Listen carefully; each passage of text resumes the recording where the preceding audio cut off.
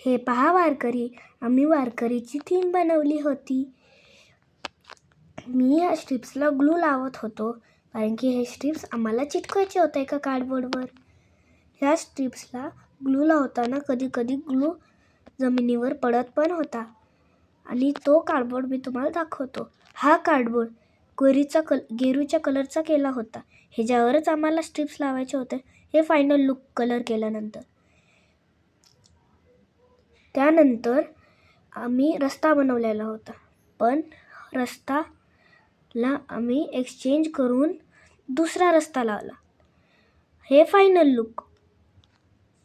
माझ्या आईनं गणपती बाप्पांसाठी ही रांगोळी बनवलेली. हा माझा फायनल लुक. मी निघालेलो गणपती बाप्पांना घ्यायला. आम्ही गणपती बाप्पांच्या दुकानात आलो. पप्पांनी गणपती बाप्पांना उचलून माझ्या पाठावर दिला. त्याच्यानंतर मी आणि पप्पा गणपती बाप्पांना घेऊन आलो. मी गाडीत बसलो आणि पप्पांनी गणपती बाप्पांना माझ्याकडे दिले. आम्ही निघालो गणपती बाप्पांना घेऊन आमच्या घरी कारमधनं. आणि आता आम्ही लिफ्टमधनं बाहेर पडतोय.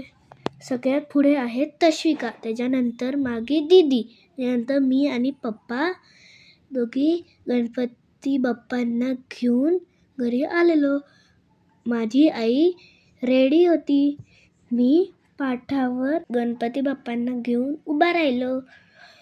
माझ्या आईने माझे पाय धुतले. आईनं देवाची आरती केली. पप्पांनी टोपी सरळ केली. तश्विका पाहत होती आरती कशी करायची. पप्पांनी गणपती बाप्पांवरचा रुमाल काढला. आई पूजा करत होती.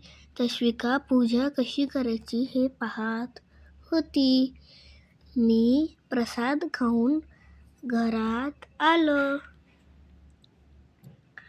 मी घरात आल्यानंतर पप्पांनी गणपती बाप्पांना घेतले आणि पाठावर ठेवले. हा गणपती बाप्पा बसल्यानंतरचा फायनल लुक. हा आमचा फायनल लुक. हा पहा व्हिडिओ आमचा पूर्ण डेकोरेशनचा. इथं आम्ही वारकरी असे उभा केलेत.